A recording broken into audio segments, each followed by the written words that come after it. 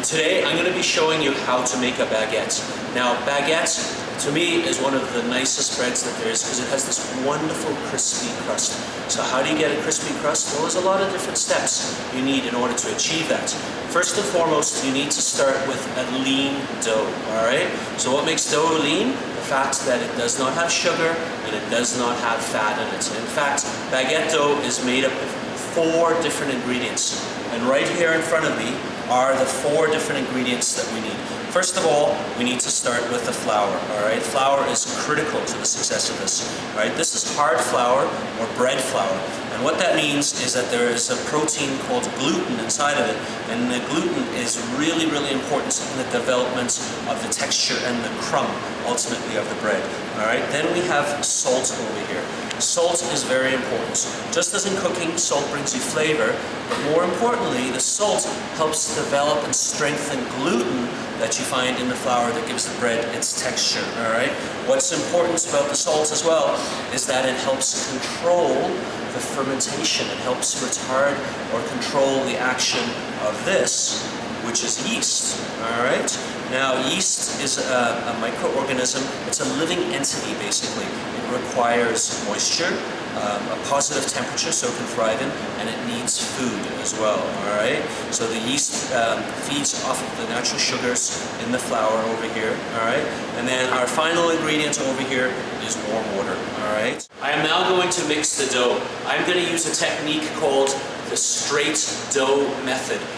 It's very straightforward. I'm going to take my 4 ingredients and I'm going to put them into the mixing bowl over here. So in goes my water, in goes the yeast, flour, and the salt.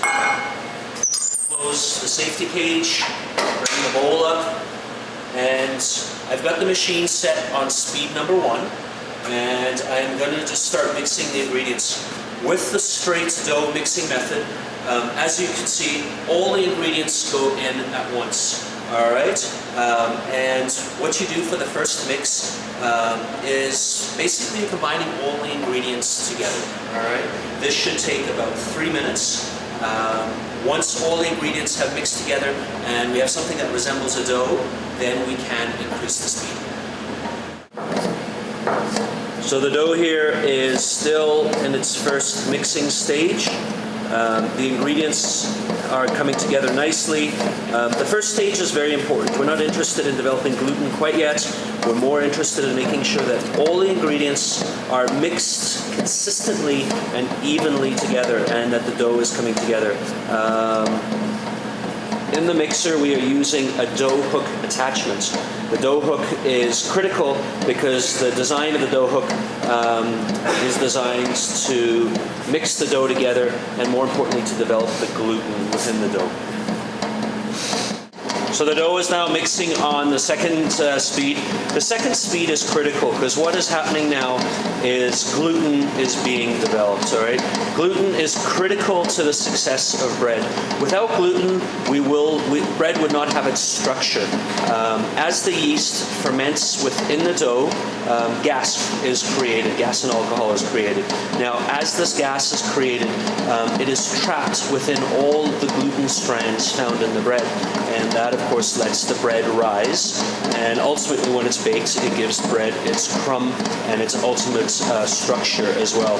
So it's very important that we mix the bread properly now to develop the gluten structure. If the bread is over or under mixed, you will have poor structure and a poor product at the end of the day. So it's very important that we get this right. On second speed for approximately 14 minutes. What I want to do now is just check the actual dough. I want to check for some gluten development, some gluten structure, and I'm going to do a little test that's called a window pane test. All right, the window pane test really kind of helps you evaluate to see how much gluten has been developed and to see whether the mixing stage is complete. So with your hands, you want to just kind of carefully start pulling it apart. Pretend it's almost like, you know, like pulling pizza, and you should be able to pull the dough nice and thin and create, you can see almost like a perfectly clear veil without it actually tearing. This dough is extremely thin. You can see my finger right underneath. This is telling me that this dough is really well developed, that the gluten structure is perfect. The mixing stage is now complete with this. Let's talk a little bit about the temperature of the dough. This dough is approximately about 27, 28 degrees Celsius now. That is the perfect temperature for the yeast to propagate. At that temperature, the yeast is going to start converting all the sugar that's naturally found in the flour and start the whole fermentation process of the dough. Okay, so here's our developed dough.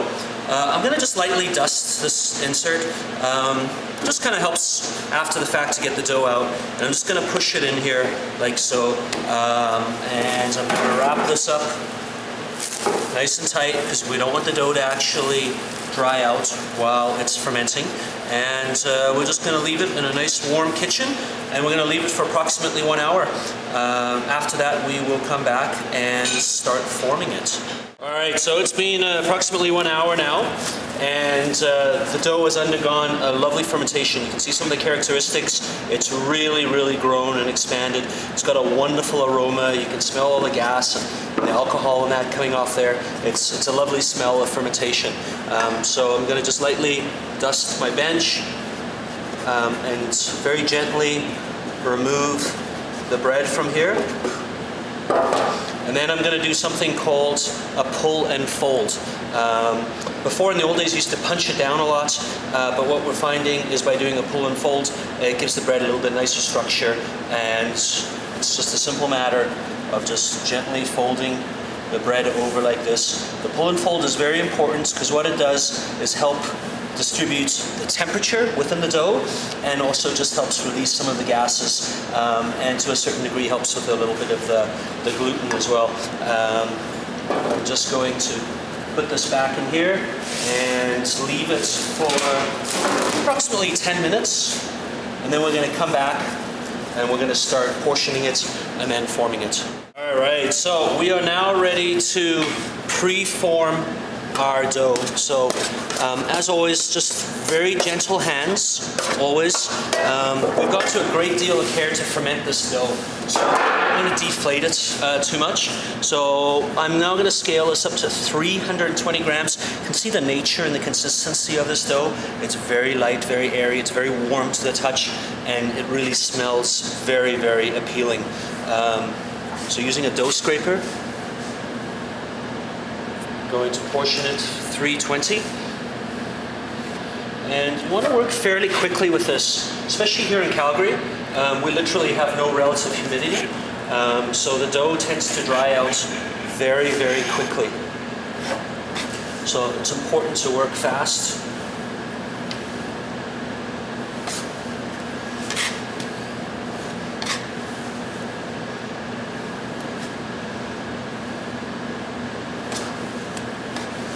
Alright, so there's our loaves. Now what I'm going to do is pre-form it. So I'm going to take the nice side, put that down on the bench, kind of like the ugly work side on the top, and just lightly deflate it a little bit, and form it into a rough little log. And this is what's known as the pre-form. Once again, very gentle hands, and I'm going to keep it covered with plastic.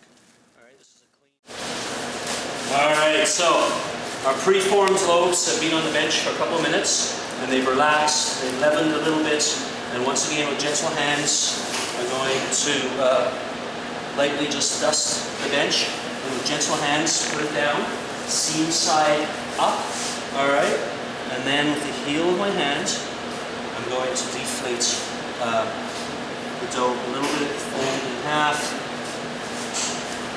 seal up the seam, close up the ends, like so, roll it over, form a nice little log.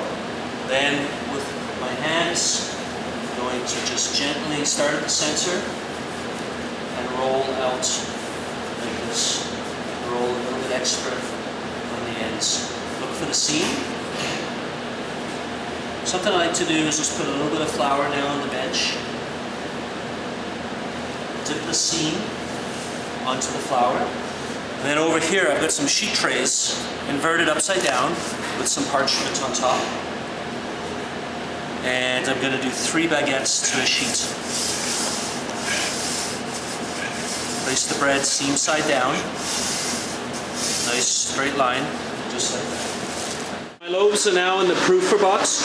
Proofer box is a very controlled environment. 85% humidity, 32 degrees Celsius, and this is the final fermentation stage. This is when we're going to get the bread ready for the oven. Right here with the very humid environment, it's going to stop a skin from forming on the crust, and it's going to allow the yeast to really do its work and really let that fermentation occur and let that bread start to rise and get ready for the oven. Bread is now out of the proofer. You can see that the bread has leavened approximately 70% in volume, and it feels very firm. But yet supple at the same time. It's really held its shape really nicely. Before it goes to the oven, I need to score it. So I'm going to take this razor like this, and I'm going to do 5 slashes per loaf. So bringing the blade in at approximately 45 degrees and cutting it lengthwise like this. Now, slashing it is very important. It helps keep the form of the bread. And what it does is create some more crust as well during the baking process. So you want to just use a nice committed motion, a sharp razor. You can use a serrated knife for this. This works well as well. You want to cut into about 1/3 of the bread. All right. Now we're going to go over to the oven. Hand goes right inside of the oven, just like this. And then with a quick pull motion, I'm going to pull the tray out.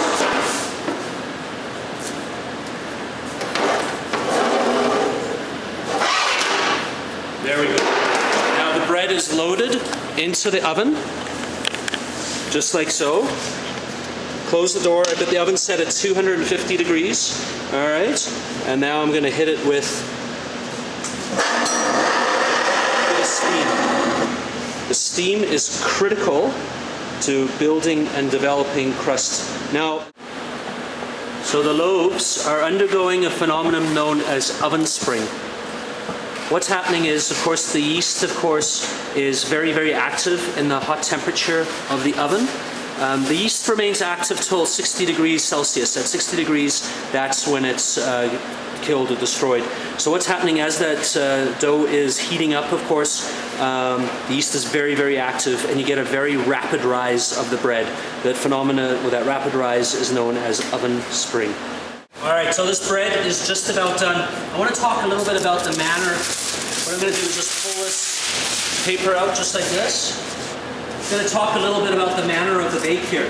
This is what's known as hearth baking. So the bread was put on the parchment paper and put directly into the oven right on the bottom. And by baking the baguettes directly on the bottom of the oven, which is stone based, it just produces a much nicer crust versus if it had been on a sheet tray or a pan or something like that, because it's directly right on the cooking surface per se. So a couple more minutes and that's going to be ready. Our bread is ready now. I'm going to use this wooden peel. I'm going to slide it underneath the loaves like this and carefully remove them from the oven. I've got a cooling rack all set up here.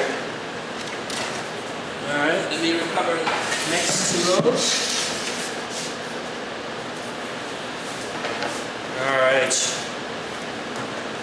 Very, very important to let your bread cool on a rack. Alright? If we were to put this bread down on a solid surface, it's going to steam underneath. And honestly, one of the most important characteristics of baguette is that crispy, crispy crust. You can see it's got a beautiful color. I love this jagged edge from the slashes underneath. It looks really, really nice. When you tap it, it's got a nice hollow sound to it. It feels very light to the touch, which is important. The bread shouldn't feel heavy. All right, if the bread's heavy, it means that it hasn't fermented, it hasn't leavened enough. And honestly, I can't wait for this bread to cool down and actually try some of it, because it looks absolutely extraordinary. And the smell is wonderful. You can smell the caramelized flour, and it's just got a really, really appealing aroma to it.